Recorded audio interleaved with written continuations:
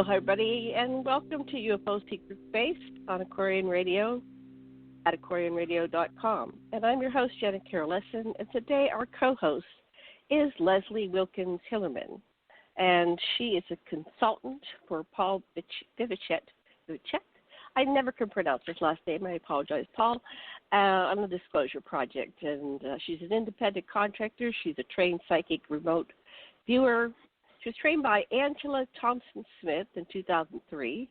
Interesting, my first name I was born with was Thompson, then I married a Smith. Must be related. She has worked as an independent contractor since and has been involved with the project to some of the other viewers. And her specialties are in health, search, and rescue.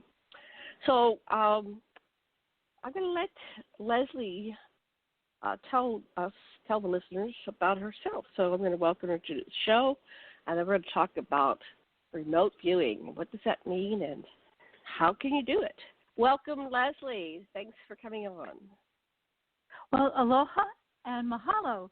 Thank you so much for having me on. I'm really looking forward to this. So am I.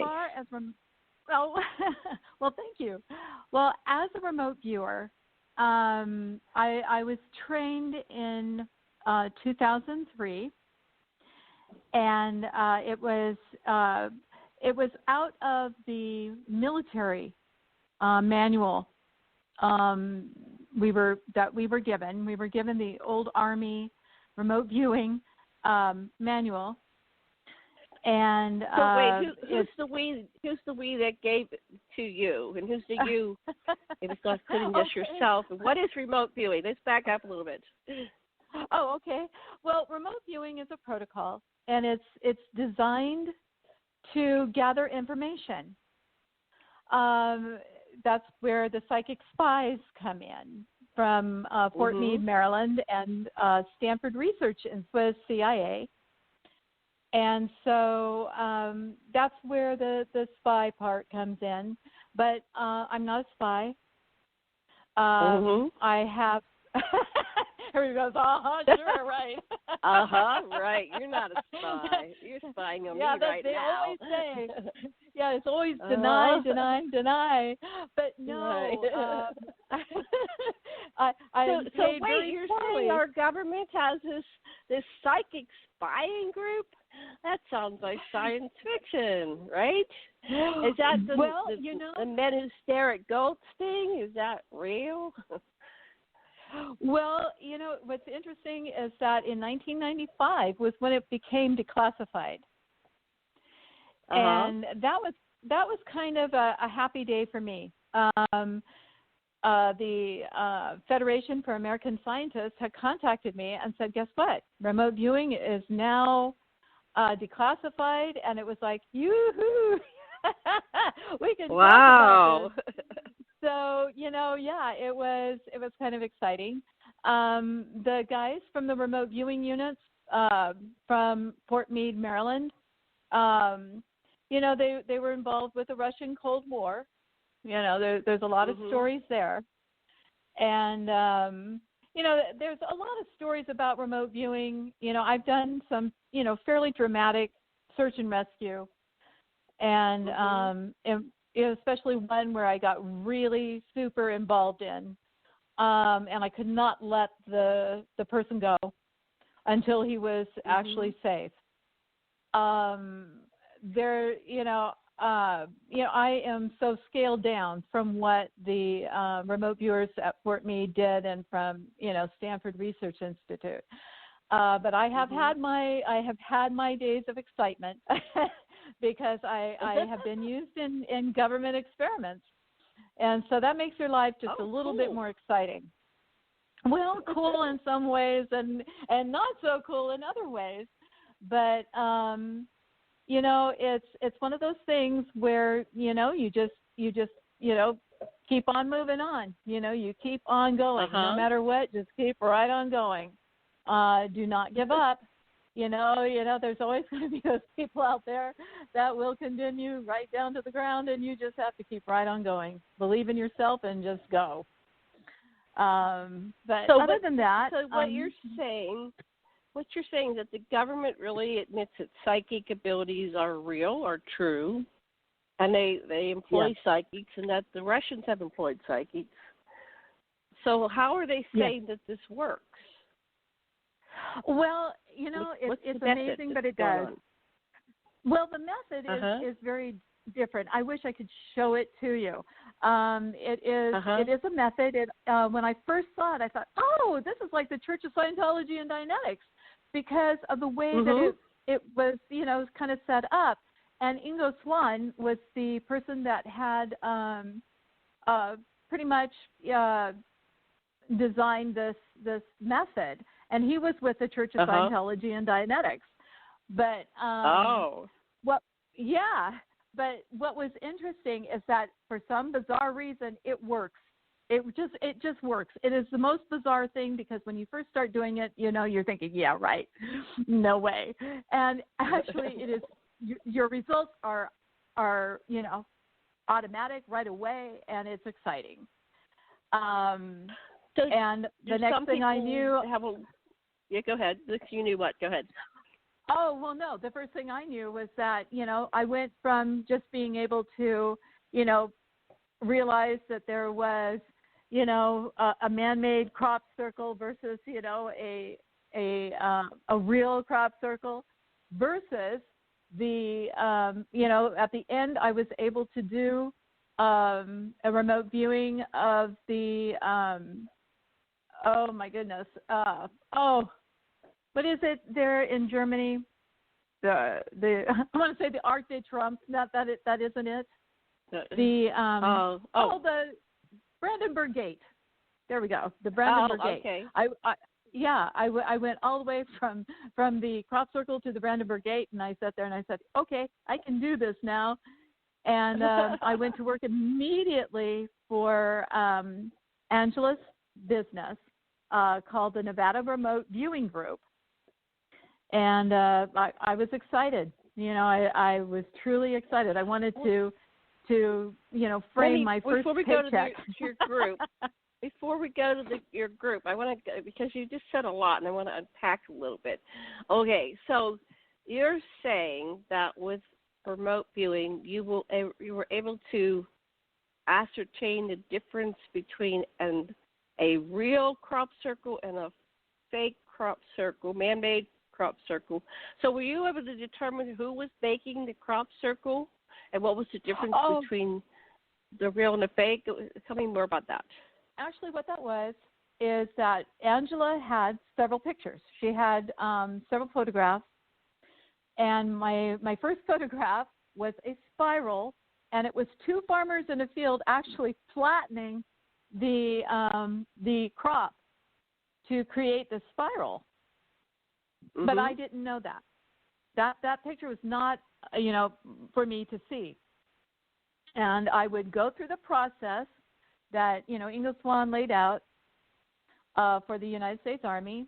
And I went through my protocol, and I came up with a man-made crop circle. And sure enough, that's what it was. She took the picture out of the folder, and voila, and it was like, oh, this is exciting. But that was my very first remote viewing. And it was just stage 1, something like that. And you go up through stage 6. Now, the guys that were at Fort Meade, Maryland were trained up to stage 8, but I learned kind of stage 8 on the side from a former priest turned astrophysicist, the Jet Propulsion Laboratory. So I was also trained in a specialized way of what's called extended remote viewing. But that's the stage 8 that the guys go through. The original Fort Meade, Maryland military guys. Okay, I want to go back to the crop circles for just a minute. So you were from what I understand, because I've read a couple books and it's also from YouTube, is that you're given a target. This is one technique, and it's got a number, and you're not given any details. And then you start your images or your imaginings or your writings, and you draw things. And so you were given a target, and it ended up being Billy Joe and Bob, Bobby Sam or something, walking through a field making a fake crop circle. Is that what you're saying? Instead of, what was the difference between a real crop circle and a fake crop circle? Who was giving you this target of a fake crop circle, and why were these guys wasting their time making a fake crop circle? I mean, there's some really, I'm sorry, I'm just so curious with that whole statement. It's like, what the? Tell me more about that. There is a difference between the alien or whatever, the advanced technological crop circles versus the man-made ones. And what was really interesting, I did have the opportunity to go to a advanced technology crop circle, and that was exciting because the Air Force had it blocked off for 5 weeks, had sworn the farmers to absolute secrecy. He could not say what the results of all of their tests were, but they were out. The Air Force was out there in blue bunny suits. Now, bunny suits are your decontamination suits. And I'll call them bunny suits because that's what I'm used to saying. So that's what I call the decontamination suits. But anyway, the Air Force was out there in the blue bunny suits for 5 weeks. Now, if it's a fake crop circle, you're not going to have the Air Force out there for more than, 3 days. By that time, they will have ascertained that is a fake crop circle. They're not out there for 5 weeks. So this was so fascinating to me because my brother lived in the same town. And my brother was so excited when I came because it meant we're going to the crop circle. Oh, wow. And so, I got to get in there. I grabbed a few samples of wheat and, just kind of, did my own little analysis of, the area. But wait, were you given blue bunny suits, or were you just walking around in a contaminated place? No, I was walking around in a contaminated place. Yeah. And so were a lot of other people. But, after 5 weeks, I guess the Air Force probably thought it was safe enough for the general public. And so they opened it up to the general public.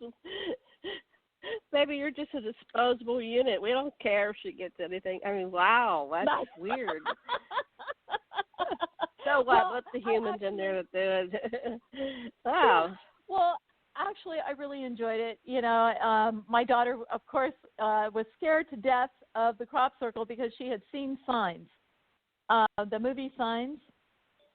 And it just scared her so badly that she stayed in the car because the farmhouse that was like right there, right across from the crop circle looked just like the one in the movie. And so she was all freaked out. She and her cousins were staying inside the car. And my cousins were, I'm going to say their names because they're Air Force and out of the Army, and they're big boys now. But Joseph Weber and Christian Weber, you were scared to death to leave the car with my daughter Sarah. So now I've done it. I did it, and you were afraid. Okay, so wait, this is so fascinating. So the government's blocking it off for, 5 weeks in their blue bunny decontamination suits, and then they contact you to go there? No, they just opened it. Yeah, no, they just opened it up to the public. Yeah, and my brother was, saying, Leslie, it's open, and so I'm flying from Fernley to, But it was really funny how much later then they said it was a fake. Of course, they had to sit there and say that it was a fake, and it was like, where's Fernley? What part of the world is this in? I'm thinking UK. Was this in the United States? This was in the United States. This was in Fairfield, California. And my brother knew the man. Yeah, my brother knew the man that owned the wheat field, Larry's Produce. My brother knew Larry for years, And so Larry, in order to make up for some of his losses with his crop, he was out there selling T-shirts, which were selling like hotcakes. Oh, and that's so, smart, yes. yeah, he was out there selling his T-shirts out there in Fairfield.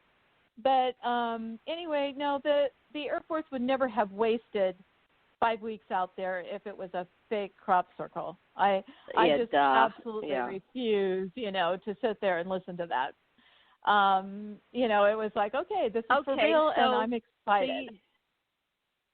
So what shape was it in? You got to see it. What was the shape? What was the design?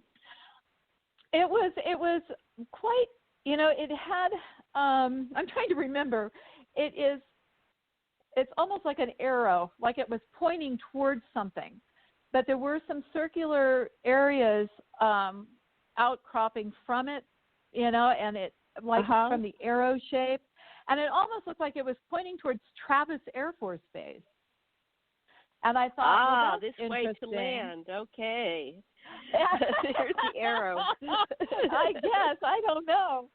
But, it was kind of different. Crop circles. Directions in the air. Well, now, it was it was. Well, it this wasn't was what year? Pretty. Oh, heavens. I think it was about 2002, 2003, somewhere in there. 2002. Wait a minute. And it was in Fairfield. Fairfield, California. While you're talking.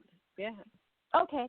Yeah, I'm gonna try to see if I can find the date on that. Well, no, actually, I have one of the T-shirts. You have a T-shirt. Yeah, 2003 crop circle, Larry's Produce. Okay, 2003, and it was in Fairfield, California. Yes. Okay, now they're pulling up the crabwood, which is the one with the ET on it. Oh, here's a YouTube on it. Okay. Okay, I'm going to add that to your page there. I'm going to grab it. I can't listen to it while we're talking, but it's here. Right. Nice. So here's a crop circle. But that wasn't any. So wait. This is confusing. You said you were trained to look at a crop circle, and all of a sudden it's there and it's open. So did you see this crop circle remotely, or was it just a common thing? Oh, no. Because I'm confused. This was just, for me, it was exciting because after my training with Angela and, being able to, my first target was a man-made crop circle. I think what was exciting for me was to be able to see a real crop circle, something that was designed not by man. And my brother said my brother said he saw the lights above the fields from where he lived. He was able to see the lights. So he's a witness. So he saw the lights, and he saw it getting created by the lights. Is that what you're saying? Right. Yeah, he saw balls of light. And did he said call there was a you sound. and say there was a sound? Yeah, he did. That's interesting. Yeah, he did. He called me. Sound. See, I knew we had to stay on this subject. You were going past it. It's like, no, there's more. It's like, wow, this is exciting. So he saw it, the sound, and he heard the sound. And then you were on this project about doing a fake one, and that was the same year, 2003. It was the same year. Yeah, it was the same year, and it was much later than I finished my training in March in February. I was there for 2 weeks. I was doing both the beginning and intermediate remote viewing classes with Angela. So I think I was out of there before March 1st. So. Okay, so then, what did he hear when he heard it? What was the sound that he described? He said that there was a very kind of like I think he said that there was a high pitch. There was a real high pitched noise affiliated with it. And he had been, you're going to love this, he was a UFO abductee. So I think good. he was very sensitive. This is the connection. See, you're psychic, he's an abductee. It's like, wait, there's a lot more to this story. Wow. And my dad was pointing at Roswell, to Travis. Your dad was at Roswell. This is pointing to Travis Air Force Base. It's saying land here, filter crops. Okay. That's cute. All right. I love it. Well, So you came out and you ran around in the field, and your cousins, they were in the military. You said Joseph and Christian. Oh no, right? My daughter's cousins, my nephews. Your daughters. My nephews were in the military now. Yeah. Okay, no, they these were are little. Nephews. Yeah, now these who were was nephews.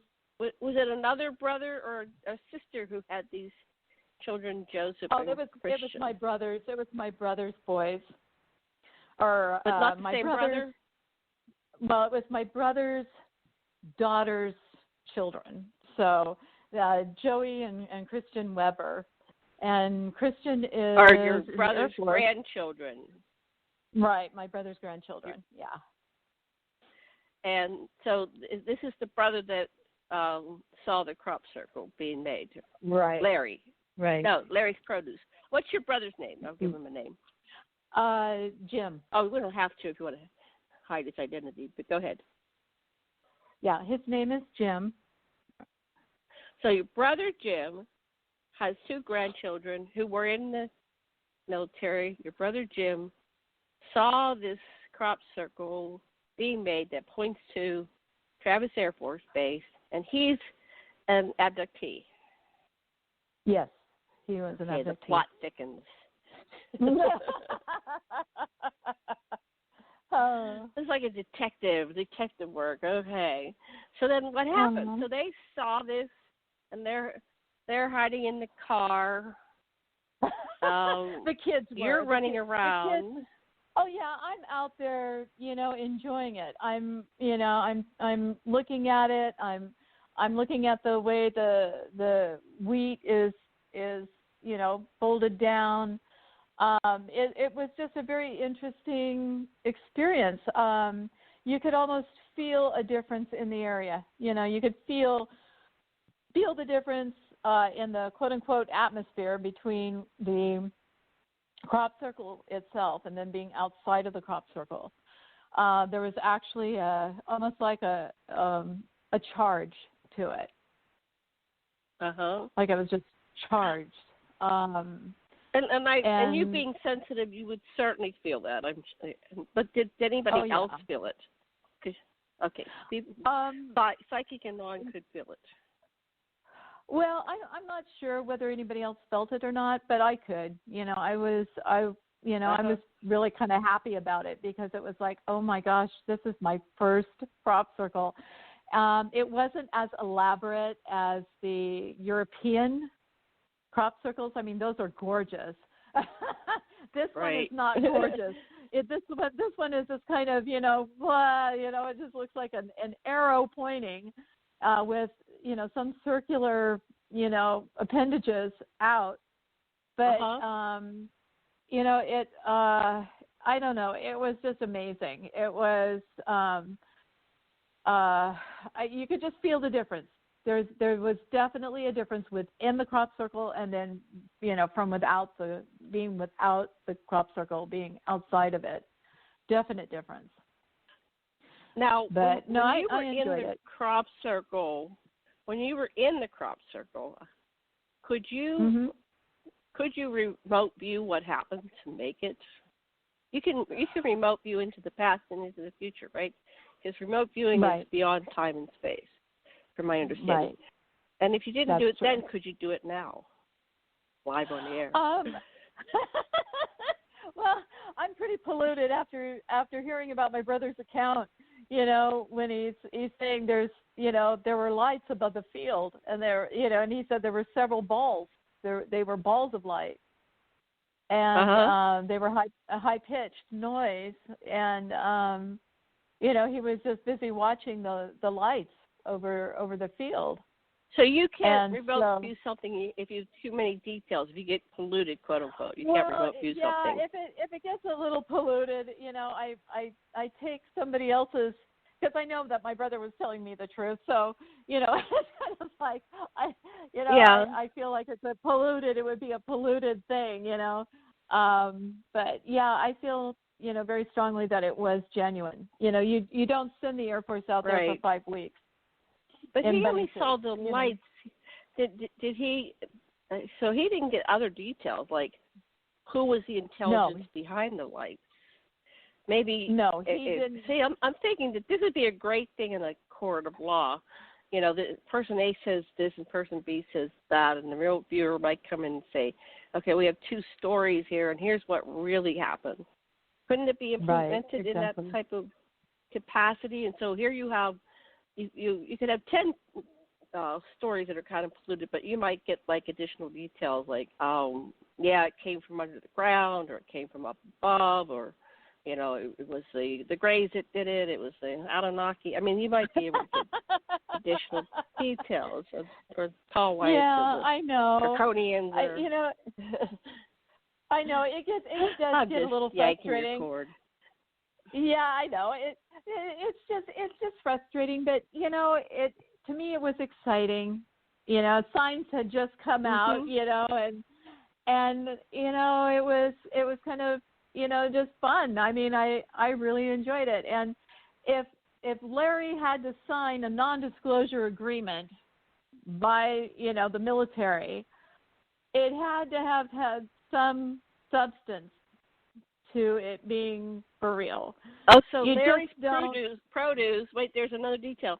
Larry's produce had to sign a non-disclosure. Right? About the results. Yeah, about the laboratory results, on the field. Wow. Okay. So then, are people who buy Larry's produce, are they going to get glowing and get cancer, or how many years before you can plant? Is it polluted forever? I mean, like, you don't know.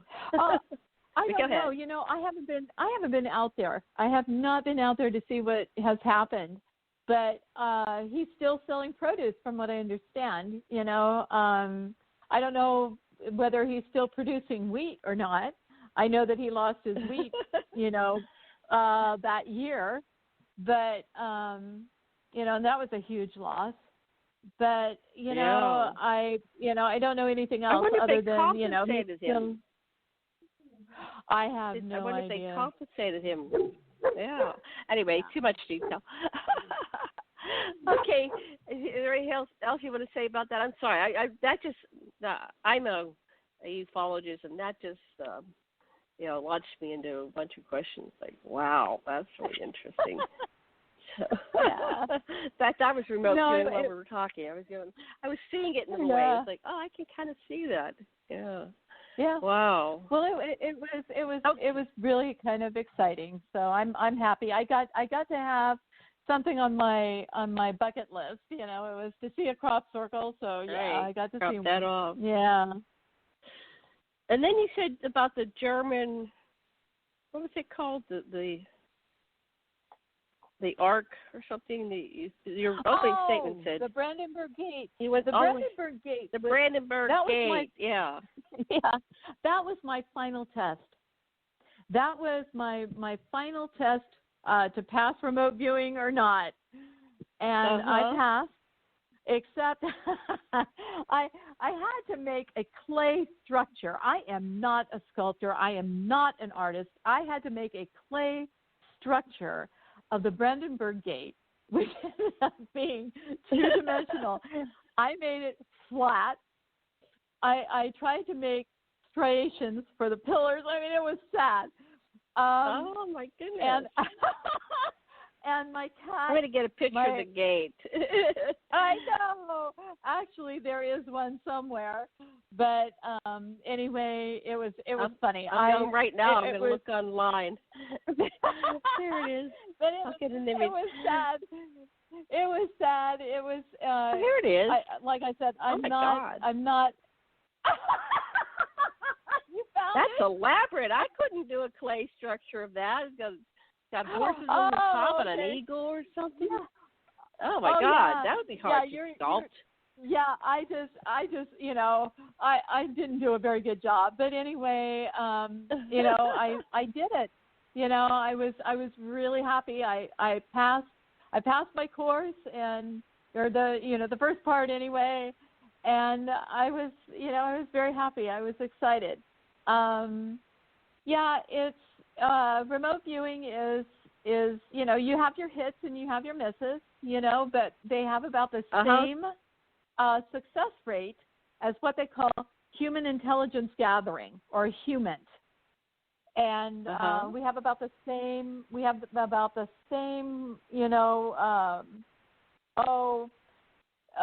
positive rating as that part of the intelligence field. So I thought that was another nice aspect of remote viewing, especially some of those guys in the past, the guys that were at Fort Meade, Maryland, like Joe McMonagle and Lynn Buchanan and Paul Smith. They did great jobs. They did amazing artwork and everything with Russian subs and what have you.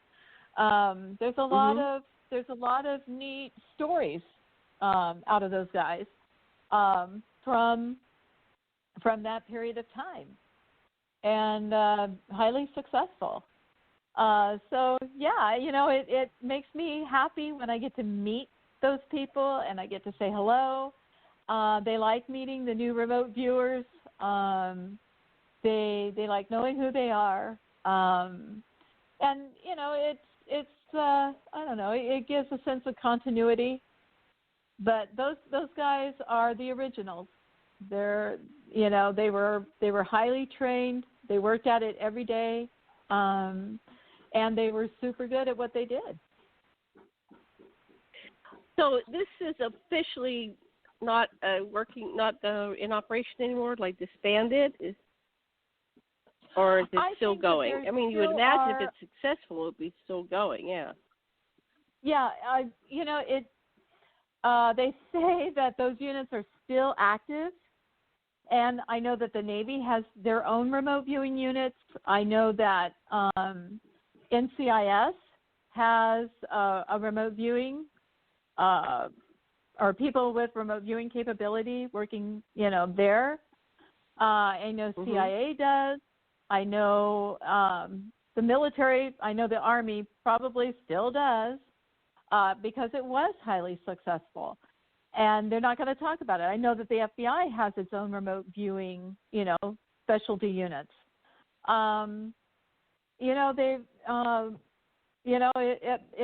It's a viable thing. And then too, there are other technologies involved that also add an extra boost to that. And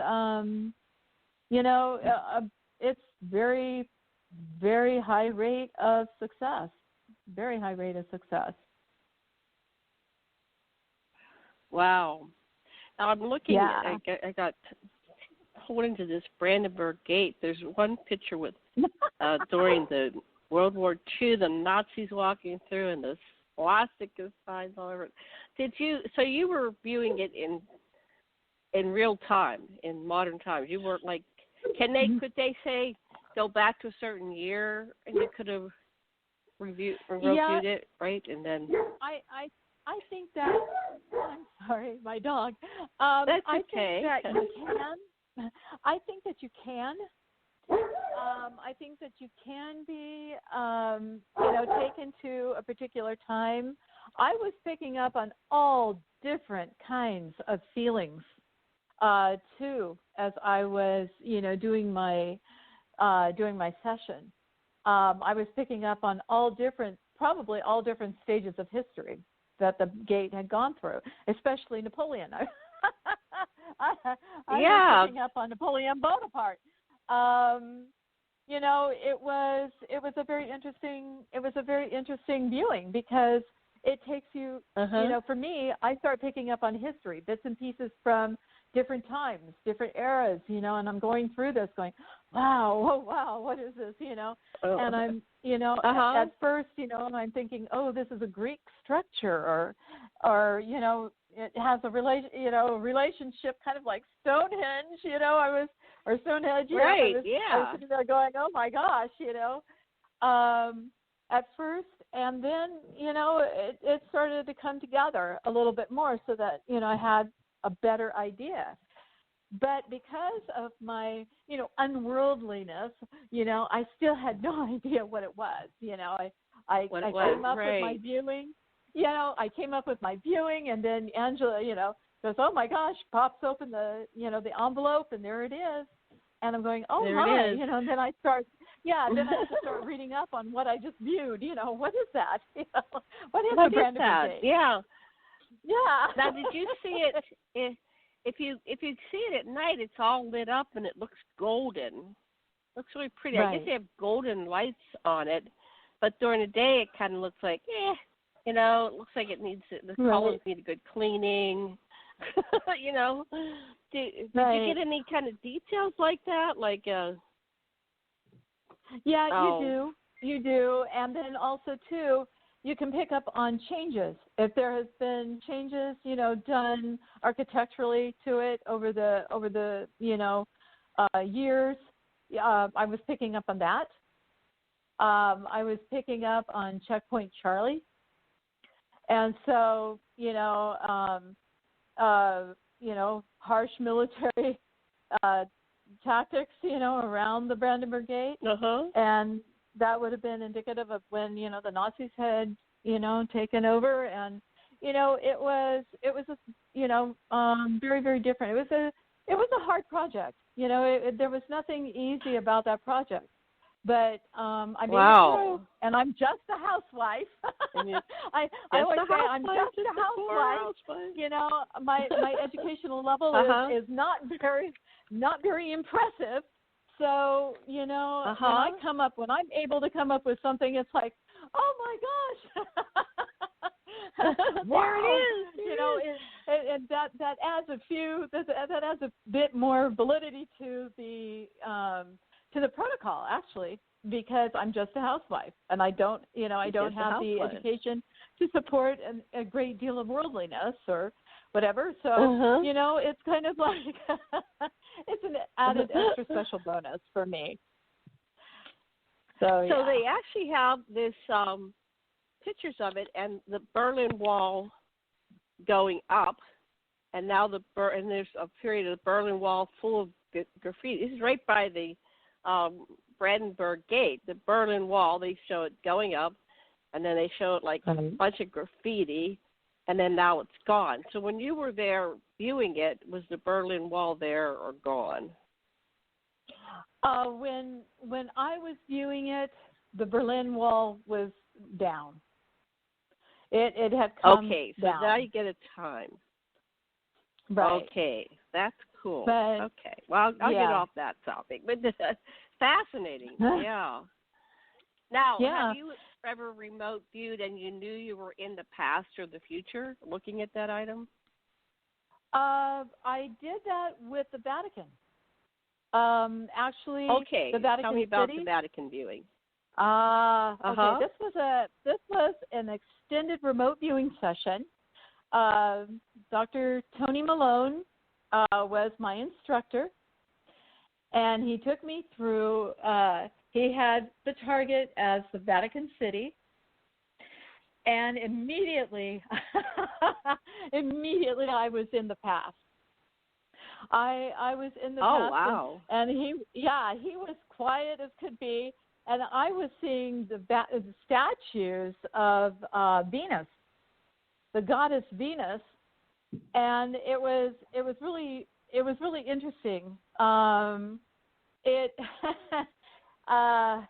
I was seeing the cobblestones, and then I shot into more of the future, to the point of the present where there were restaurants, and I was drawn to one particular restaurant where I could actually smell the wine, smell the garlic, and saw the red and white check tablecloths. And, I'd never been to the Vatican City. I didn't know what it looked like or anything. I did see a wall. Uh-huh. And I my remote viewing self was wearing a dress.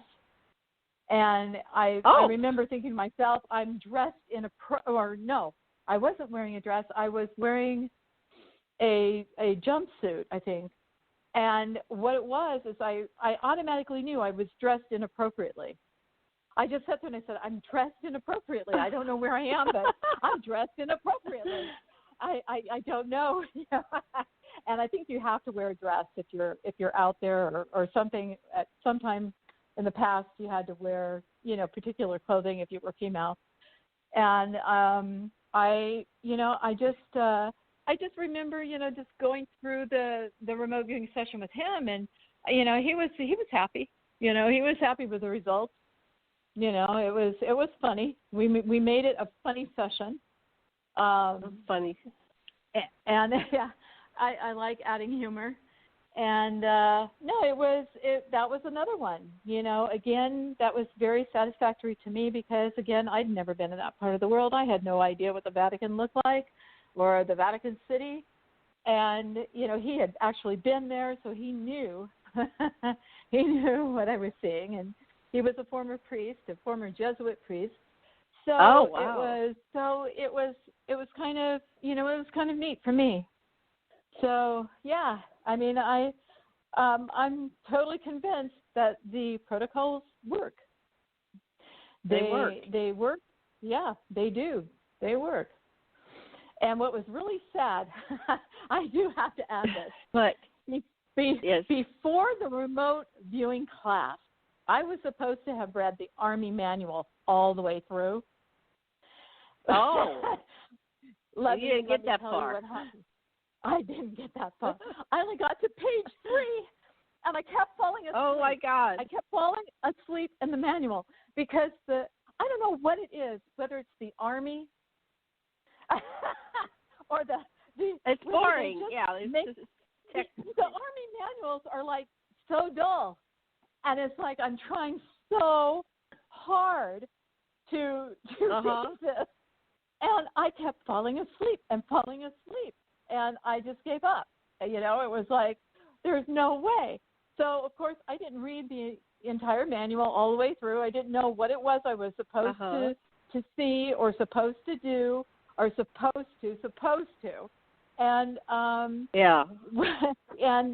that's what made it exciting for Angela because I was still able to do the protocol without reading the manual, or reading about the gestalt, the different, how your little squiggle that you put onto your paper, is supposed to represent land or water or whatever, and mine was always the same. My little ideogram, they call those ideograms, my little ideogram was always the same. And I was still able to get the results with the same ideogram without, practicing the gestalt. I never did that. That's what I got for not reading what I was supposed to before class. But like with everything else in my life, I flew by the seat of my pants. I was determined to get through that. Training, and I just thought, I'm going to do this. I know I can do this. And even though I hadn't read anything, I was actually able to do it. So, again, that's another confirmation for those that, teach remote viewing. It's another confirmation that, yes, it works. Even if there's just a housewife doing it. Yeah. Who doesn't read the Army manual. That would be good. I wouldn't have read it either. It's too boring. I just can't. I'm sorry. Nowadays they can, give me a PowerPoint on it or a video. I'll watch that. I can't go through a dry manual. Most people can't. That's old school. That was back in the days where people could do that. But we're conditioned in this this computer generation. We can't slow down and do stuff like that. So you were saying they were, where I made a note. trained up to stage 8. So right. And you weren't trained at stage 8. You went to it, or I don't know. I got lost in that statement. Something about so there's 8 stages. Right. Most all the civilian remote viewers are trained just to stage 6. The stage 8 was pretty much confined to the military and to CIA viewers who were still, active in the field. It was a very special thing. We were cut off the last 2 stages. We just did up to, stage 6. But for me, I guess I went ahead and, learned the extended remote viewing pretty much on my own with Dr. Tony Malone. And I went ahead on my own. And he did it a little differently. He did the extended remote viewing a little differently than how it's normally taught. And this is another thing that I really liked, is that there were people, discovering that there were different alternative ways to achieve the same results or better. And there were 2, and I just remember offhand, there were 2 chiropractors that had gotten together, and their names escape me now, but they were working on associative remote viewing. And, it was working with horse races, ball games, things that they're not supposed to. You're not supposed to gamble. But right, yeah, we want to see who's going to win the horse race, so we can make a bet, right? Right. Well, there's the way that they were teaching it. They wanted to see how effective it was, and so they would have the results. I mean, they would have the results of all the viewers that were doing that particular exercise, pretty much right away. And actually, I got 7 out of 7 correct, and that was wow. That was really exciting. That was really exciting to me, but I wanted to go on and do other things. I really wasn't interested anymore in the horse races or the ball games or anything like that. I didn't want to do that anymore. And, I had other things to do. At the time I was, helping my husband with his own general contracting business. So it was kind of like, I don't have time for this. So did anybody take advantage of your horse calling ability to bet on it? I don't know. I used to, this one guy used to ask me to. I was working somewhere and there was a parking lot. There was a attendant, that type of thing, and he says, "Here, pick these football games for me." And I wouldn't remote view, but I would just go and pick them, and then I give it back to him, and I get more and more accurate. Oh. Hello? Sorry. Hi. Sorry. My next week guest was calling me, so I just turned off the other phone. I'm calling into the show on one of the phones, so I can't turn both off. Anyway, over time, because he was asking me to pick, I kept getting more and more accurate. So I tried to pick one for myself one time, and I was totally off. If it was for me, I couldn't do it. If it was for somebody else, this guy's winning and winning and winning. Based on my pick. So is that kind of, oh God, is that kind of how it works? Right. I know I'm sorry. What you're saying. Yeah. Yeah, I know what you're saying. I have rarely done it for myself. I always feel more comfortable doing it for other people, and I always feel more comfortable when I'm tasked. I don't do things on my own normally. But if I'm tasked, if somebody says, could you please do this for me? And it's usually Angela or somebody that has been in the remote viewing field, then I say, okay, this is good. And, I do that. But, on the whole, I don't. I just don't volunteer. I don't volunteer information. I don't do anything because you can get in trouble if you volunteer certain information to certain people. and then they think maybe, you're involved with, some kind of scheme. And so it's just better it's just better to have somebody task you so you don't get into trouble. So that's what I do. I just wait to be tasked. And sometimes it's forever. I'm constantly hanging off my buddy. That's interesting. So you are doing this now professionally, or are you retired? Well, I'm not doing it as much. I got into a little bit of trouble with the Middle East. Oh. My cousin what did that was you do in the Middle East? Oh my gosh, my cousin. It's terrible when family gets involved with your life. But I have a cousin on my dad's side of the family who is with the National Security Agency.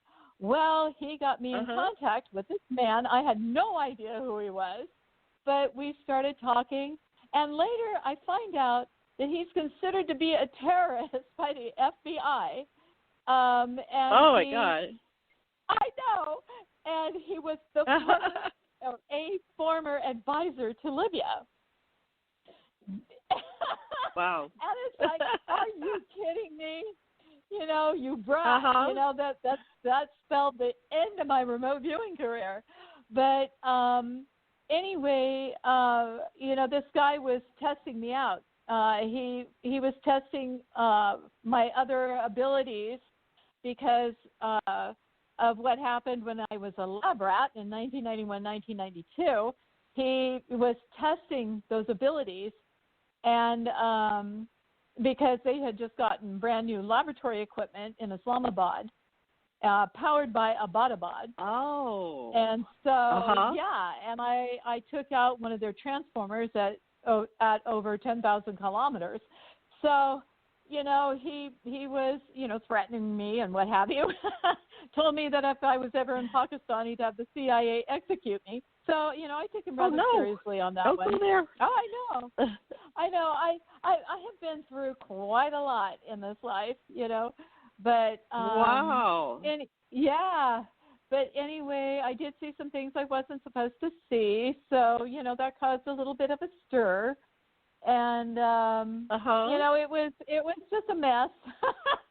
And I pulled away from remote viewing so that people would not think that I was using my remote viewing skills as a spy tool. And I didn't want anybody to think that I was spying for anybody else. I was, kind of isolating myself like I had a disease or something. I was isolating myself from the other viewers. And, I had told my boss what was going on. I tried to talk to some of the older guys with the old, units. And it's kind of like, kid, take your training wheels off. It's like, figure it out. I didn't really realize. I thought I was going to get help. The cavalry would come charging in, and save my hide. And it didn't work like that. It was like, take your training wheels off and, follow your own instincts and do what you need to do. And, it's basically you're on your own, so do it. And you're capable, wow. And, go ahead and do it. And I did it. I may have screwed up a little bit here, but I got through that experience. And, I just sat there and I thought, well, I did it. And if everybody hates my guts, I don't care, because I did the best that I could, considering I had never been trained in that, particular field before. Right. I didn't know how to. Well, how do you deal with a diplomat? How do you deal with somebody who has, diplomatic immunity? How do you deal with somebody, that is a foreign advisor to Libya? Really? And I'm just a housewife, like, with very little education, and it's like, what do I do? So I just felt like I did the best that I could, and that was now. All were they I could able do to? was the best. Were they able to sense you? Do they have their remote viewers that can, or somebody that can sense you coming into their territory? Oh yeah, Tell us it about wasn't that. just viewers. They were actually using electronic equipment. They were using psychotronics, and they had a full-blown tell us about psychotronics laboratory. What is that? What do you mean by psychotronics? What is that? Psychotronics is the ability to use basically mind into matter. You're working within a field, and these guys basically use it to get information, to spy, to manipulate. They can kill. They have to be careful. And I just sat there and I thought, oh my gosh, and I'm on my own. But the one way to break the connection, this was really funny. The one way to break the connection, I knew that I had to break the connection between the former advisor and myself. I got to Tonopah. Now, Tonopah, Nevada has the stealth, your stealth technology there. And sure enough, as soon as I hit Tonopah, that connection between Bhopal and I disappeared completely. And I was free to go to Las Vegas to my remote viewing, conference, in peace. It was like, oh wow, this is great. And that was in 2006. And I was without the former advisor to Libya, which was nice. But, up until that time, I had the former advisor to Libya. And you had to be very, very careful. You had to be very, very careful with what you said, what you did, because of the advancement in technology is mind-blowing and very scary if you're not used to it. And I was used to it because of the experiment in 1991, 1992 that I went through. So I was used to it. It was like, okay, here we go again, round number 2. This is not your first rodeo. This is your second rodeo. So, it was like, dig those spurs in. Dig those spurs in. Ride the wild ride, woman,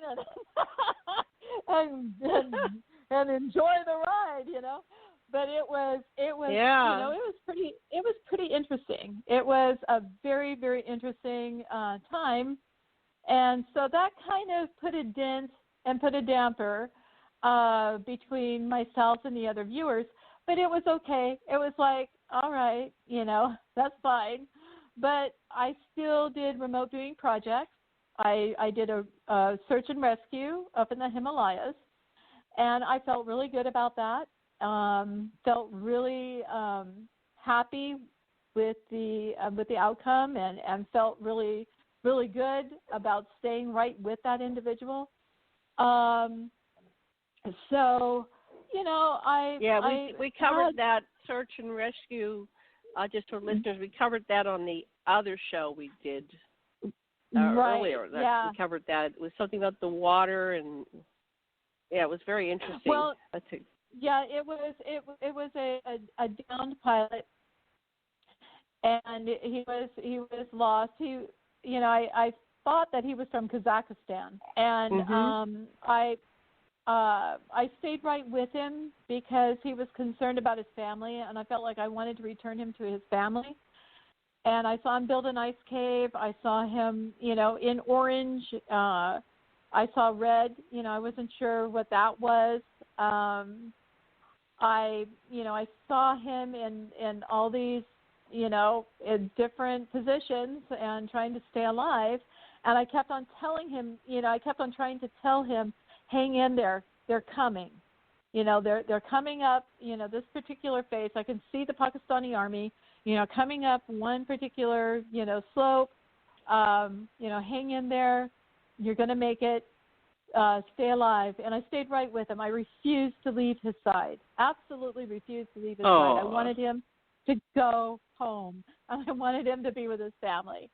And so that's what I did. That was a very emotional, very intense time for me, but I felt very strongly about it. I thought there was no way I was going to let this person go. And, you're supposed to basically just did he feel you with him? Did he know you were with him? I have no idea. You don't know, okay. I will never, ever know either.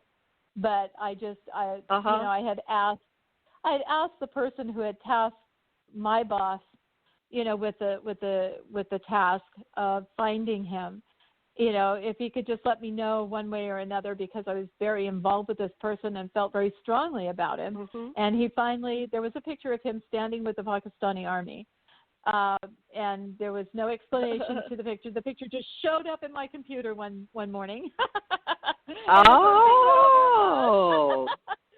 Compliments of the Department of Defense. Interesting. And I thought that was really neat. I just wanted to, I just sat there and I said, thank you very much, Department of Defense. I really needed to see that. I needed that, confirmation, and now I can let go, because I wasn't going to let go of this guy. And it was like, now I can let go. Wow. Yeah. That's really interesting. Yeah, wow. But that was the only time I've ever gotten emotionally involved with a subject or a target. That was the first time that I got so emotionally involved that it was like, I don't know. It was like I could have been related to him, is how strong that bond that's was. close to bond. Yeah. Do you have any idea strong. what caused that bond to form? I mean, are souls connected sometimes? Is that what? No, rhyme or reason. It was just weird. It was just weird. I don't know. I have no idea. It was just, I saw him in remote viewing. I felt intensely towards him. I just thought, you are going to make this. You are not going to die on my ship. You are not going to die at all. And, and it's like, I am going to make absolutely sure you make it through this. And I was mentally with him, day after day, hour after hour.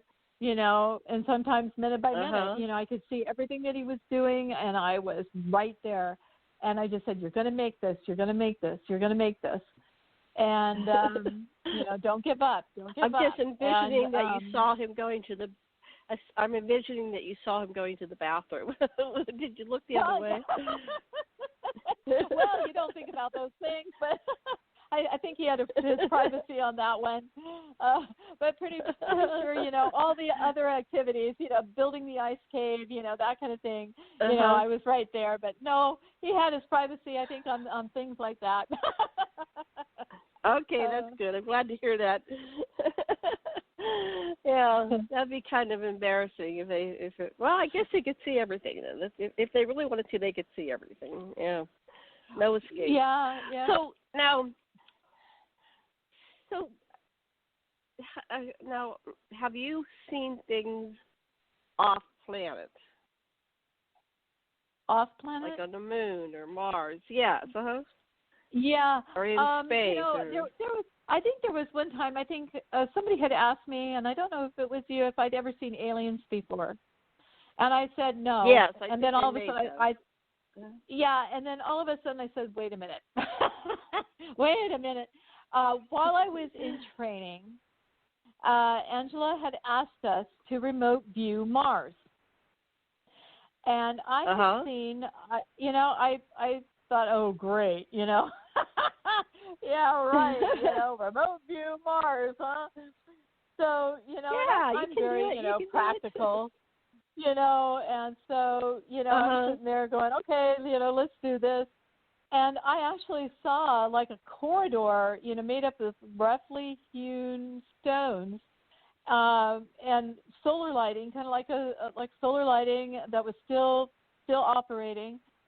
And I saw all these bodies, and I sat there and I thought, are those alien? Because they looked human, but they looked a little bit different facially.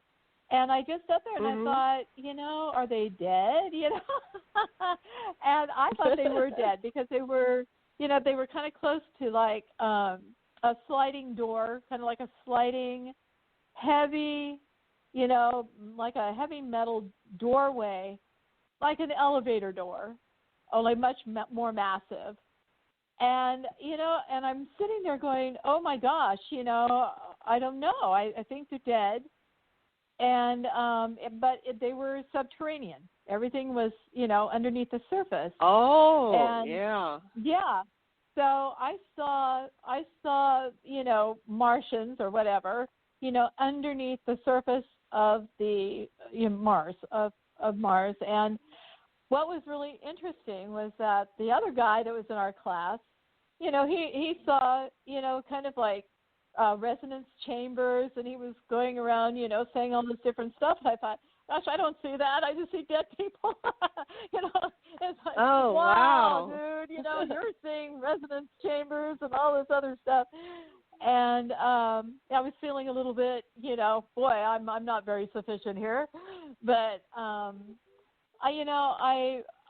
never, again, that's the kind of thing that you will never know what the outcome of that is unless somebody's up there exploring, and right, confirmation right. will never, ever come, unless, somebody actually sees something up there. So, yeah, that will just, time will tell on that one. But that was my first viewing of something otherworldly, and unless it was, humans up there, but I'm not sure. I don't think so. I think those may have been, inhabitants of Mars at one time or another.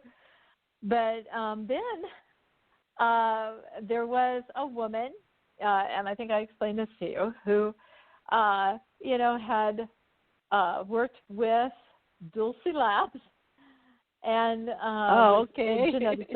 is a geneticist, uh-huh. and she wanted me to send a message to Dulce Labs for help because she was very, very sick. She couldn't do it herself. And so, I delivered the message, and then all of a sudden I started seeing what looked like a reptilian. and wow. it was like the reptilian was contacting me, not the other way around. And that was the first time that I have ever seen something that looked reptilian. And I thought, well, gee, maybe that's a reptilian species. You see that the reptilian, once you made contact, the reptilians are very, very, very, very psychic. So, of course, he just traced you back. And now you made contact with a reptilian.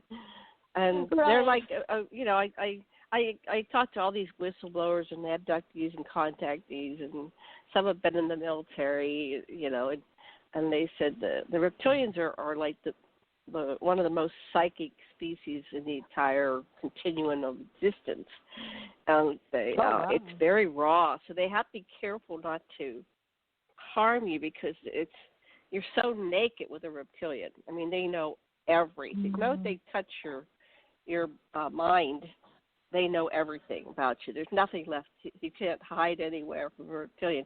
So I'll say it again, you accidentally contacted the reptilian. Well, when you were doing this message.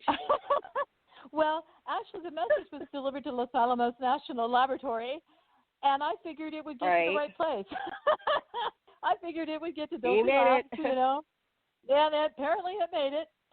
And, I just sat there and I thought, okay, cool. I am seeing an alien for the second time in my life, and it looks like a reptile, but, that's okay, because he seemed friendly enough. He seemed friendly enough. That's good. He wasn't hostile. He must.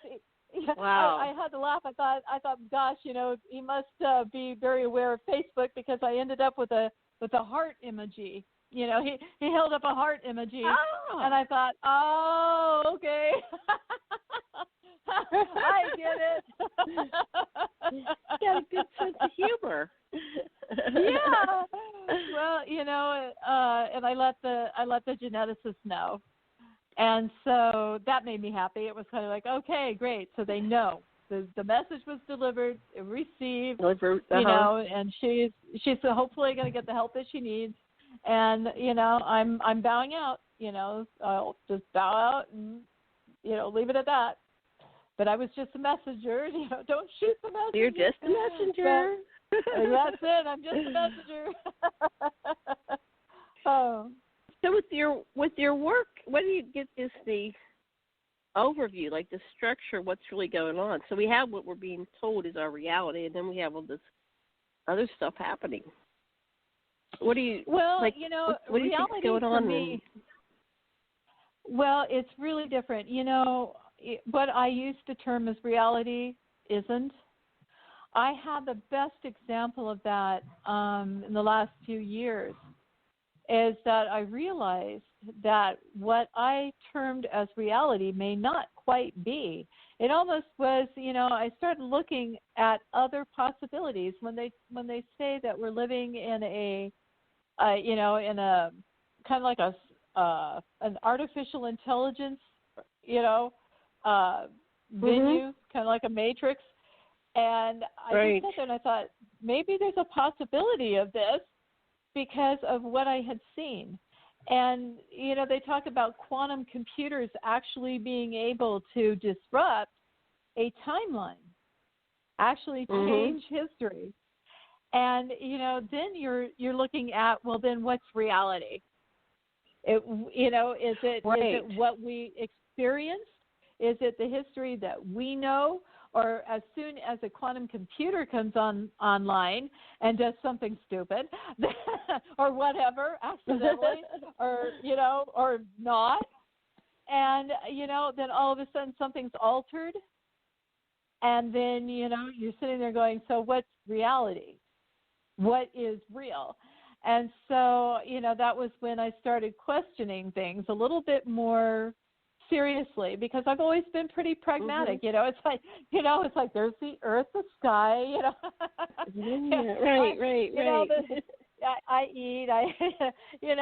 Everything is pretty down to normal, down to earth, or whatever. And don't give me this stuff where timelines change and and weird stuff happens, and there's time travelers and all this other stuff. It's like no. My little box of a world, just exploded all over the place. So, well, and then probably good for you because you're psychic for a reason. So, like when I started my radio network in 2012, one of the earliest people we interviewed was Courtney Brown. And he was doing the experiment of going to a future time. So he had a whole group, and and he would give the location and the time, as a number, and they'd see Washington D.C. underwater or something like that. And so that was I have to check back what happened. It seemed to me that he had these predictions, because that's 2012, of things that didn't happen. But today I was having breakfast, and I'm over here in Hawaii, and then I just happened to turn, something, how you get those pop-ups that says, Trump is being transported to Walter Reed. So I went over to there. And when I saw that happen, this is like the roads, you ever see those signs where says go to this direction, it's 1,000 miles to Moscow and 500 miles to Paris, right? You see those signs? So when I'm watching this thing, I'm seeing all these futures of what could happen. And then my sister called me, what's going to happen? And I was going down these, Trump could die, Trump could survive, Biden could die. All these people could die, like in this crossroads we're in. Pelosi could end up being interim president. I said, and as I was talking to her, it's like I was remote viewing all these timelines. It felt really weird, but you were coming on, so maybe my subconscious was going, we're doing a remote viewing show later today. Let's start doing it now. I'm not sure I operate on these strange things. But suddenly, I stopped myself. I go, I don't want to go down all these timelines. Why am I doing all these timelines? I'm seeing all these timelines of what could happen. But this is like a critical incident. Like there's some incidents in our history, like Kennedy getting shot and not getting shot, right? So you could go back to the Kennedy assassination, let's say, as an example, and go down the other timeline. Or, World War II. What if the Nazis won? So do you ever explore those types of things, like the alternative timelines? No. Remotely? No, you haven't. No. And they haven't invited you to do that. No. It wasn't a task. Yeah, I stay away from all that. I'm usually just real cut and dried. It's like, if I'm supposed to find somebody, or if I'm supposed to, look for my sister. My sister is great. She sits there and she doesn't believe in psychic, stuff. I mean, she'll sit there and go, oh, it's evil, right? It's evil and all this other stuff. But then she calls and she says, what do you see? Can you scan my body and see what's wrong? And so I'll get these phone calls, and it's like, oh my gosh. So I'm going ahead and doing this scan for her, or doing it for her husband, and letting her know what I see, and it's just stuff like that. I mean, I don't get into what ifs or what fors, because I think that sometimes you can drive yourself nutty if you go down the rabbit holes, too many rabbit holes. Oh darn! I was going to ask you, what are you seeing going on at Walter Reed right now? That's what I was going to ask you. No. I won't put you on the spot, but that's what I was going to think. What's going on at Walter Reed? Because immediately on my chat, the Secret Service, did they put Trump in one of those nightgowns? Is he sitting there? It's like is he going to sit in the suit all day, or are they going to put him in a nightgown, or? No, those are things I just don't touch. It's just like, nah, I'm not going to go there. Yeah, I'm not going to go there. Live and let live. Let it go. Live and let live. Okay. Yeah, I'm really laid back. I'm almost too laid back. There are some people who just can't stand me. It's kind of like, oh my gosh, can you do this? Like today.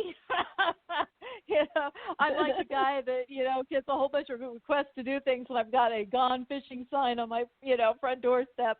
Right? Yeah. It's like, actually, no. Someday. Yeah. No, I'm usually, I'm very, I'm just very, very down to earth, very straightforward with a remote viewing. And then, when I'm done, I'm done, and I don't, I usually don't go over it unless, there's some real super spiritual significance to something, or something that, I don't understand why something happened or something. And then I'll dwell on it a little bit, hopefully not a whole lot. But, there are some things, where, I'll go back if I made a really blaring mistake and go, well, okay, why did you do that? Where did that come from? Mm-hmm. So, I'll do that. But no, I don't usually just view to view. I don't do voyeur, kind of stuff. I just don't. Voyeur views. Yeah. Now, I heard for a while that the military was having people view the crucifixion. Did you ever did that as a target? I never did. I stay away from religious things, and I stay away from the political and the religious and that kind of thing. I just stay away. I don't know. I see no reason to go through the crucifixion thing. I just don't. Yeah. So what are some of the things you wish that you had been targeted to see? Is there a wish list of what? And you said you usually have to be given the target for it to work really well. But what are some of the things that you would like to see or remote view? To tell you truthfully, I can't, because it's like whenever I receive a tasking or whatever from a group or like my boss and instructor, it's pretty much it's a straightforward thing. It's a tasking, and I stay right to it, and it's usually pretty pragmatic. there are no, there aren't any esoteric type things for me. And I don't do esoterics very well, probably. That may be it, but I don't do the esoteric stuff. And it's just because I'm me. But here I did an esoteric thing for you today, too. When you asked me what I saw, and here I am seeing all this spiritual stuff. I'm seeing, ancient Hawaiians. I'm seeing a temple, and you're going, what? And that was pretty esoteric. That was esoteric. That was not present time. That was not right there. And so, I did do an esoteric for you just earlier today. So yeah, but normally I don't do that. Normally that's just something that does not happen. But I asked you, I thought it was a practical thing because I was suspecting that was a military base, right? And then I was surprised when you went esoteric. I thought you would say, "Oh, there's all these soldiers running around," because somebody told me that about 2011, and I said, "What's over there?" And she said, "Well, there's this, that, the other thing." And then she invited me, and then I didn't know if I had too much information. And it was kind of a suggestion, but then I said something about what I saw. But you went into the historical. I went more into the historical, and also too the feeling of the area. It had a very high vibrational rate, and when you mentioned the place of the gods, and it was like maybe that's where I got the idea of the temple or the feeling of the temple and seeing a temple. Well, I thought, my gosh, it's beautiful. Property is because I taught Tantra for years. If you Google my address, it says Temple of Tantra. So that was really? Yeah. So I forgot to tell you that. I was laughing. I go, yeah. And then where I'm at is very lush and green. It's like there's two different environments. Even though I can sit here at my house and look at Haleakala is looks like a foreign planet and has these giant silver swords, these plants that bloom once every 10 years or something. I don't know the whole history. They're found nowhere else on the planet.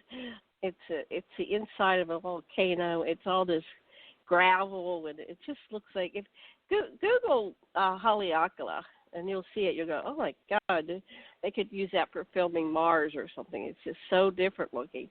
And then so these were two locations I had you looking at. And then when you got to mine, and this is the jungle, this is a rainforest. My mountain is the wettest spot on earth. It got shifted from Kauai. So I have giant tropical rain trees all around me. And I live right at the foothills of the mountains in the forest. There's nothing behind me. It's just rainforest. So, you were getting, and this is where, so you were getting, what were you, like people and stuff like that. This is where the Kamehameha. I just sat there and yeah. So Kamehameha came through here. Kamehameha came through here somewhere in the 1800s, and he wiped out a bunch of Hawaiians. They had tribal wars of the different islands, and he was a great conqueror. So we've got this my house in the next valley over, Iao. They call them the night walkers. These are the soldiers, or just the natives that were killed by this massive attack that wiped them out. So they're called the night walkers. Some of them are still fighting the battle against Kamehameha. They don't know they lost the war. Right. So it was interesting what I when was you were seeing saying was you saw ancient the Hawaiians. Yeah, I was seeing the ancient Hawaiians. Yeah, that was really neat. Shame on me. You were cheating. Shame on you seeing what happened. Really. Well, military bases and I, like I said, we have a love-hate relationship. And it's like sometimes I do have a blind spot when it does come to military installations. And I think sometimes what happens is that's there for a reason for me. Right. Because of what happened to me in 1991, 1992, when, I was kind of fighting for my life with the United States Air Force and CIA. And so, some weird things happened, and I have to admit they were weird. And it's like, you just don't know that you're able to do those kinds of things. And then all of a sudden, you're faced with this situation and you're doing something that you didn't even know you could do. And, it's like, oh my gosh. And they're scared because they are not used to people that are doing that kind of thing. And all of a sudden, it's jungle warfare, because if you can't control it, what do? They kill it, and so, it's one of those things. It's like they're frightened that they cannot control it, or they can't get an upper hand on, the situation. And so they have to know that they're in control of the situation. So, the military and I have always had this running thing ever since 1991, 1992. So, that's okay. We've been able to get along in the world together this long. So, I think we can hang out, just a little bit longer. We'll be okay. Yeah, we'll be okay. So if you were to, if somebody wanted to do this, would you recommend they try this as a new career or run away? Usually, what would you recommend? The first thing that the viewers, the older viewers will say is, don't count on it as a career. It's more like it's more like up there with a hobby. You don't make a lot of money on this unless you are working actually within the government, structures. If you're working in the military, or if you're working in the civilian sectors like the FBI or CIA, and they've actually got their own little remote viewing units. Well, of course, you're going to get your paycheck, but that is not so for us. Normally, this does not happen. This is not a career thing. But, the ones that have made it a career or a successful career thing is they're teaching it. Not only are they being tasked by the government from time to time, but they're also teaching it. And so they're able to bring in a little extra income by teaching remote viewing.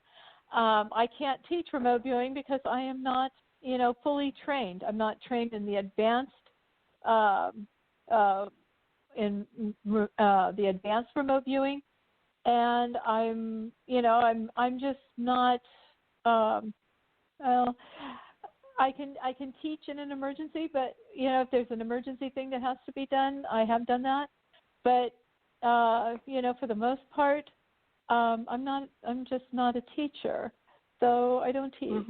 But I do like to talk about my experiences, because I think it's important for other people to understand what these programs are, and to kind of put an end to the mythology, or maybe some misplaced fear of what these programs are and this kind of thing. Dispel the paranoia, and make it real. Just make it real for everybody. Because yes, I am a housewife. Right. And I have no, I'm not a surgeon. I'm not a teacher. I'm not an engineer or nuclear physicist. Nothing really, fantastic, to lay claim to. But I do it, and I have done it well. And I guess I'm okay with my accomplishments. I don't know whether I'm absolutely proud as can be of my accomplishments. I don't think it's that much, but I think that I'm okay. I'm okay with my accomplishments. I feel like I've done okay for what I was able to do. And I'm not going to make any excuses. You've accomplished a lot. Yeah, it's a personal growth thing. So are you still doing it now? Are you still doing it? Like, do you still get gigs or whatever? How do they go? Jobs, gigs? Do you still get assignments? No, I haven't because of the Middle Eastern thing. But I do get my sister on the phone every so often, to scan her body, and to scan her husband's body. or, just little things here and there that keep me going, and then I do talk about my experiences, and my experiences do count. I still get those weird things every so often with with engineers using psychotronics. So, every so often I'll get somebody that just wants to test what I'm able to do, or, just see what I can do, and then, leave it alone. But, I even had talked to my boss for a really lengthy period of time about this too, because I was kind of concerned. It was like, why am I being treated so badly, by, certain parts of the community? And she said, really, you shouldn't be, because you're worth quite a bit of money in research. And I said to her, I went, whoa. Okay.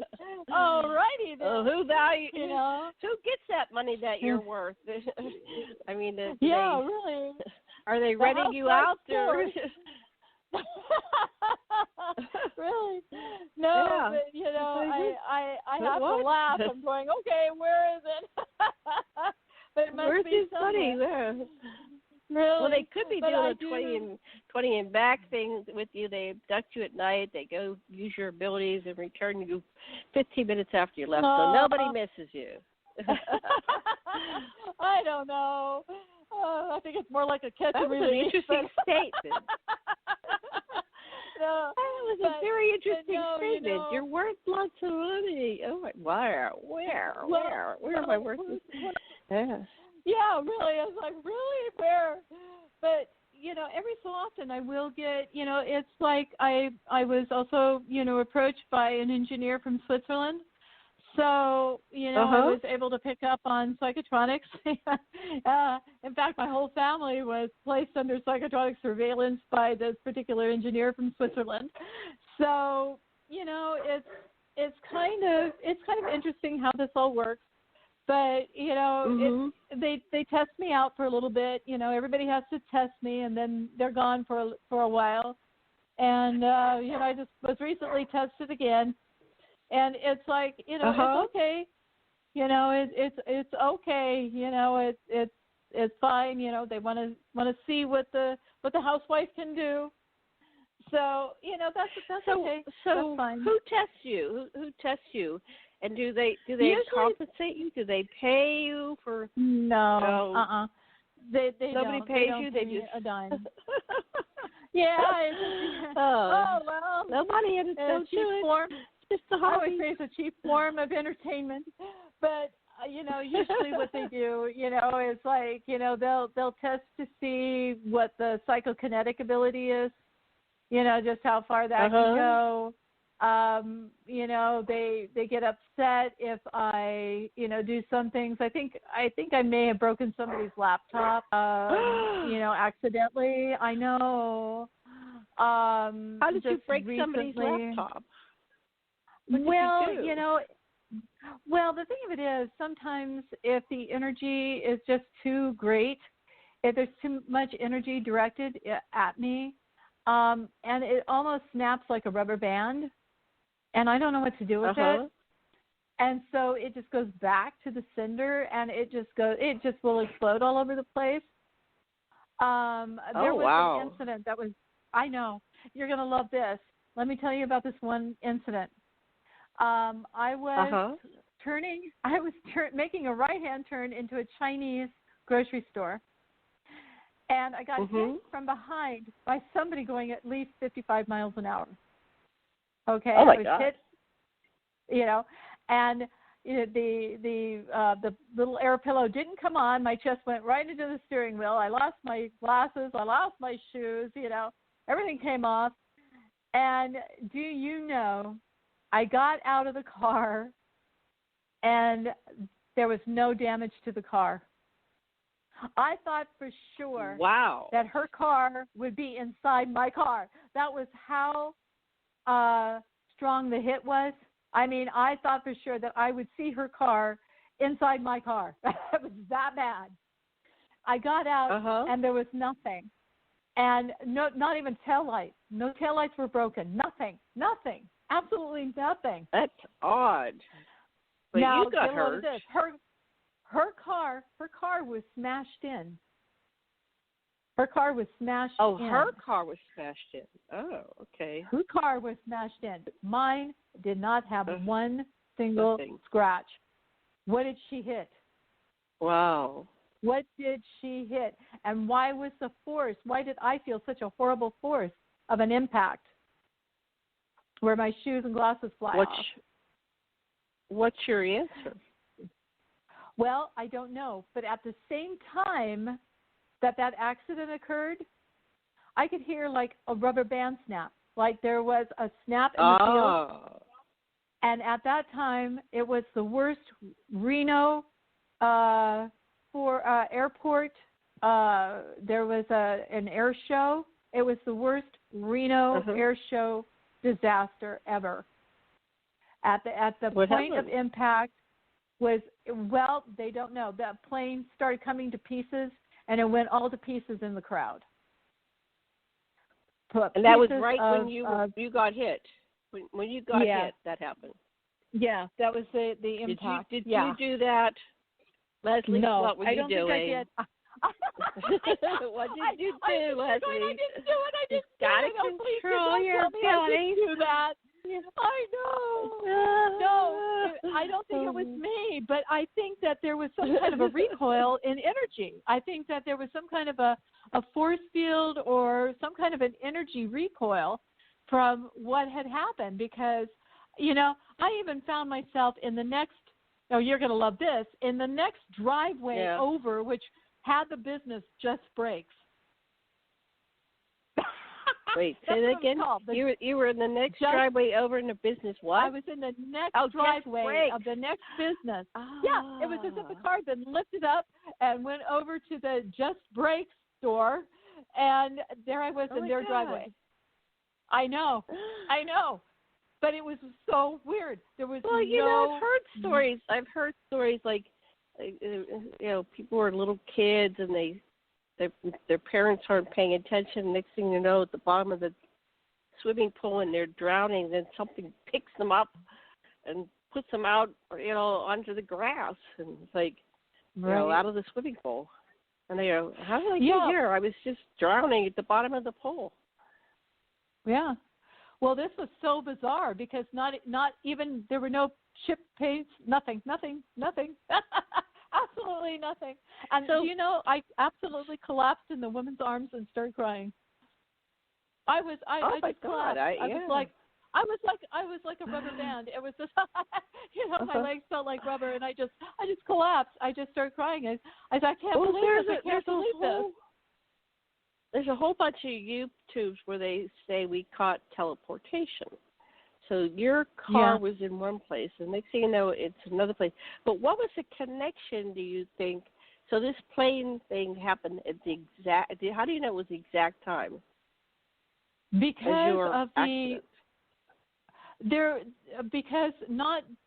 but just a few minutes later, all these ambulances, fire trucks were zooming up to the airfield. And they were coming for you. I sat there and I said, "Oh my God." And that feeling, that knowing feeling that somehow your experience was connected to that experience. Well, that's how I felt. I felt like you're so what were you thinking right when that happened? Well, I was just going in trying to think of all the things I was going to get at the Chinese grocery. I really, it was pretty blank. I mean, there was no big esoteric anything, no mean thoughts, no nothing. I was just thinking of what, I was going to get at the grocery store. And then wham, at the grocery store. Behind. Yeah. And then wham from behind. All of us. I want you to reflect on this tonight when you're going to sleep. There's something. Okay. There's something you're not recalling, or even remote view that. I'm going to give you an assignment. I want you to go back in time to that day. I want you to see yourself driving and do an aerial even if you have to go out in space and then come back in, and go to the point where you can see you driving and the air show at the same time. And there's something there that connects the two. There was something there that was a connector, and I don't know what it was. I don't know if there was a field, that was protecting me, that was coming out of that same airfield, perhaps, because that's where the Air Force usually, there's an Air Force area in there. I don't know if there was a field protecting me, and for some odd reason, maybe it recoiled, went back onto onto one of the jets, and the jets just started coming apart. And pilot die? Oh yeah, a lot of people died. It was horrible. So you're valuable. I don't think so. They protected you. Well, I don't think so. At the expense of a pilot, you're worth more than a pilot. They sacrificed a pilot to protect you. I don't know, but I think it was an accident. In the sense of the field, I think that there, it may have been an accident, but at the same time, glitch. I have. Well, I don't really feel like I'm all that valuable. I know that some weird things happen, but there are other people that are far better than me. I've got a cousin who is a heck of a lot better than I am. And, and her name is Annette. I'm going to drop that name all over the place. She'll hate me forever. Okay. But anyway, my cousin Annette, she's better than I am. But, it's kind of like, what happened to the driver that hit you? What happened to the driver that hit you? Well, what was interesting, I called up my insurance agent, and I was so in shock. I didn't even know, think that, I didn't know that I should call the cops. I was too scared to do that. I was just so in shock. I didn't know what to do. And I asked her, I said, what do I do? And she said, is there any damage to your car? And I said, absolutely none. And she said, drive back up here. And I said, okay. And the other gal, they just handled it. Wait, she said drive back up. Wait. She said drive back up there. So you had to drive back up to Fernley. Well, I probably was driving, to Fernley, from Reno to Fernley. I was in Reno at the time that this happened, and this. Okay, but you didn't know if you were hurt. Were you hurt in any way, like whiplash? No. No. Okay, because I got whiplash once, and I was hurt for like 5-10 years because you have nothing at first, and then all of a sudden it starts getting you. So this person wanted you to not get the other person's information and file a claim because there's nothing physically wrong with your car. Yeah, we exchanged. Oh, you did? Okay. Insurance. We exchanged insurances, and our insurance agents talked to each other. And, if a policeman had been called, she would have been charged big time because she even admitted, she said, I was underneath my dashboard looking for my shoe when I hit you. Oh, my God. I know. The police would have done something with her. But, I was so in shock, over everything that, I didn't know what to think. But, there was nothing wrong with my car. She took the full impact of that hit. I'm still that to was this day definitely something. That was something mechanical or divine intervention, supernatural, or military intervention. Yeah, it was something. But I really, it was a most tumultuous day. You're going to get this information. You're going to go and do some your sleep or something, and you're going to write to me within a week or so, and you're going to say, I got the best of, because I do that. I'll have a mystery like that, and then I'll take a nap or I'll go in. I get all these messages when I'm showering. And then I'll come out and I go, I know what that was. I don't know what, there's something about water, especially this water, the water going off over me, and I'm not even thinking about it. And then I'll get these revelations, and I'll come out and go to my husband. You remember, da-da-da? Yeah, this is what was going on, or this is what, and it's spot on. I don't know. I could be wrong, but I'm getting that you're going to, because we laid this out, we unpacked it. It's like, you know how they storyboard things in detective shows, right? They have a big board, they'll put the picture of the victim and, the police pictures, and they'll put they put all the clues up on a storyboard. And then you just keep adding to it. Then you step back, and then all of a sudden the answer emerges. I was talking to William Tompkins, who was in his 90s when I met him, at the MUFON UFO conference in, what year was that? A couple years ago. He wrote a book called Selected by Extraterrestrials. And he said he worked in the NASA program and in other military secret programs going back to World War II. And so when he claimed that he had worked with extraterrestrials, and the NASA moon launch was actually launching into colonizing space, so he was able to, like, kind of remote view, and he'd see a ship and everything and how it worked, like Tesla did. He could see everything, how it would work, and then he would sit down and build it, and it worked, right? And so it was on this level of remote viewing. And I lost why I went down that road. But I talked to him personally. And so, and then he died like 2 weeks later. He left, and he told me about the storyboarding. He says, you know what we do in this program, this secret program, which was with all the top military companies and through the 40s, 50s, and 60s and stuff. He said, we have a big 40-foot long piece of paper that's a foot high, and we lay it out, and he says every single problem can be resolved, from quantum physics to, everything, every problem they have. He says, and he said, I want you to remember that. I want you to remember that. So I said, okay.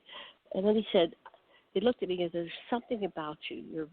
You're very, so I'm very ET, and like you, very psychic ET. And so anyway, there's something that you can do the equivalent in your mind.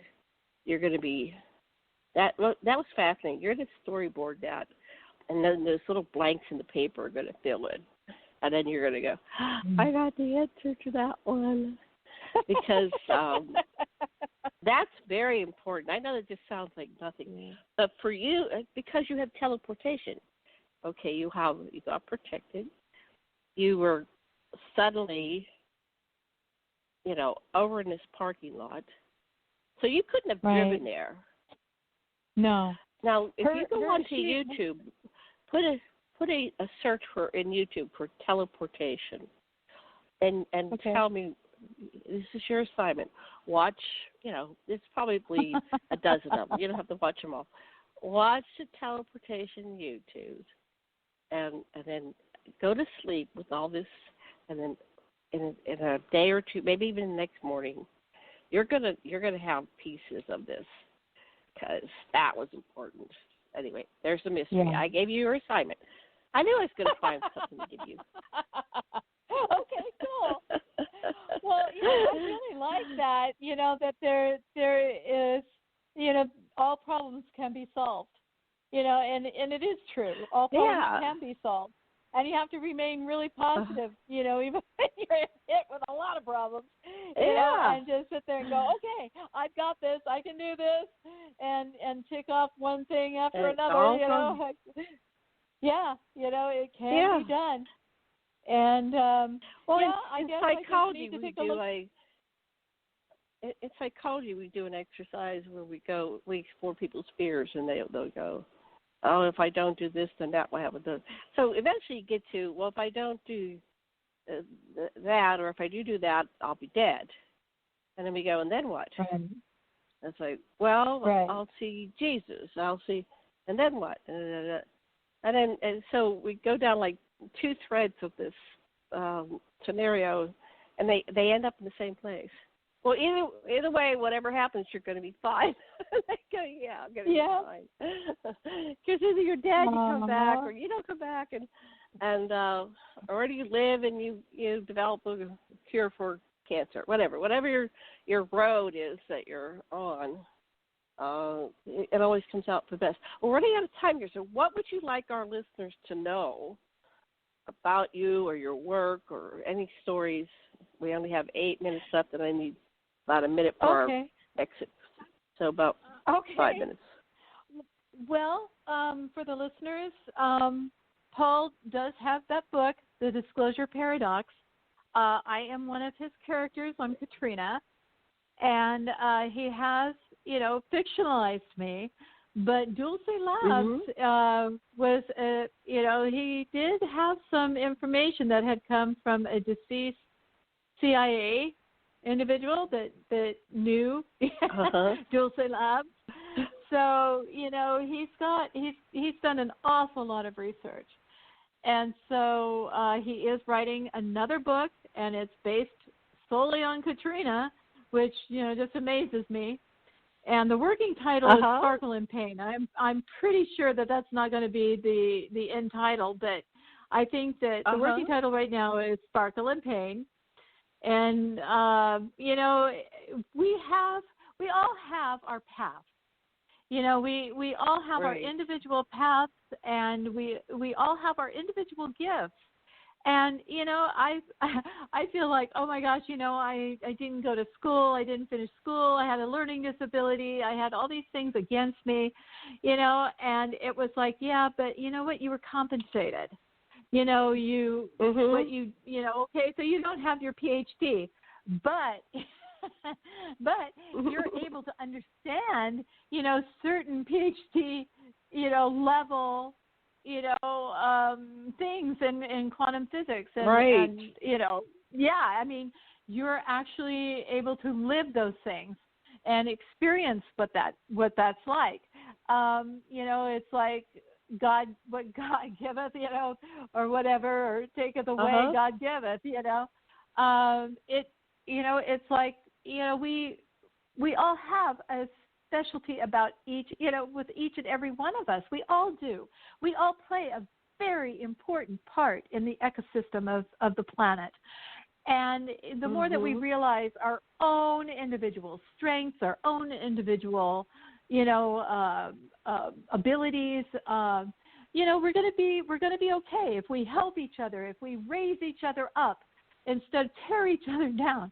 I think we're going to be okay. I think we're going to survive this. The planet is going to be going through a whole lot of different changes. Yeah. It's just that time. It's cyclic. It happens. I studied geology.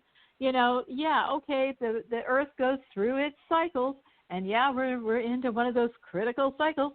If we could just, act a little bit more human, towards one another, that would be great. But take a look at yourself. This is a time personal growth. This is a time for, looking at what you're able to do, what you're able to give, to yourself, your community, your family, to your friends, to colleagues, and let's just grow together. Let's raise each other up and hold each other up. And that's what it's about. It's just, to me, that's what life is. It's helping each other and raising each other up. Because there's too much of the let's tear everything apart and tear each other up thing going on right now. And it would be really nice just to remember that within ourselves, as the stuff is hitting the fan, let's raise each other up. Let's raise that energy up. Let's take a look raise it up. at maybe, let's take a look at, let's question reality. Let's create our own reality. I really like that.